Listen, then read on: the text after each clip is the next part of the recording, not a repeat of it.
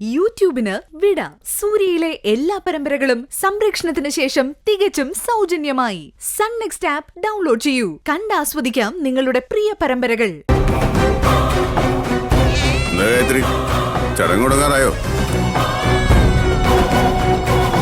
ഗായത്രിക്ക് എന്താ ചെവി കേക്കില്ലേ? എന്തെടുത്തി? ചടങ്ങ് തുടങ്ങാനുള്ള സമയമായെന്നാ പാപ്പേട്ടൻ ചോദിച്ചത്. ആയി വരുന്നു.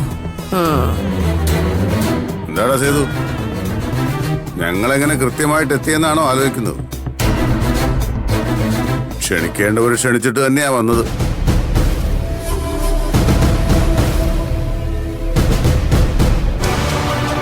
ഇവിടെ ആർക്കും ഞങ്ങളെ വേണ്ടെങ്കിലും വേണോന്നുള്ളവരും ഉണ്ടാവൂല്ലോ. ഇതിപ്പോ ആഡംബരമായിട്ട് നടത്തുന്ന ഒരു ചടങ്ങല്ലല്ലോ വല്യമ്മ. അതുകൊണ്ട് പുറത്തുനിന്ന് ആരെയും ക്ഷണിച്ചിട്ടുമില്ല. ഓഹോ, അപ്പോ ഞങ്ങളിപ്പോ പുറത്തുള്ളവരായി അല്ലേ? ഇനി ഇതിന്റെ പേരിലൊരു വർത്താനം വേണ്ട. ഞാനാ പറഞ്ഞത് 2 കുടുംബങ്ങളും മാത്രം മതിയെന്ന്. ഞങ്ങളും ഈ കുടുംബത്തിൽ പെട്ടത് തന്നെ അഭി. നിനക്കെന്താ സേതു, നാവില്ലേ?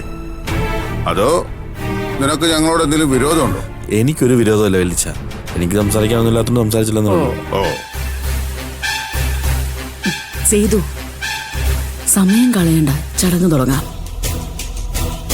മോളെ, നിങ്ങൾ രണ്ടുപേരും കയറിയിരിക്കുക. അല്ല, ചടങ്ങ് തുടങ്ങാൻ വരട്ടെ ഗായത്രി.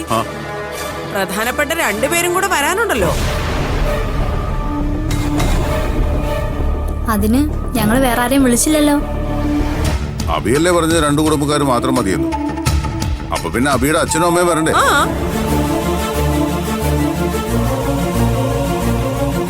കുഞ്ഞിന്റെ അച്ഛനും അച്ഛമ്മയും ഇല്ലാതെ എന്ത് ചടങ്ങ്?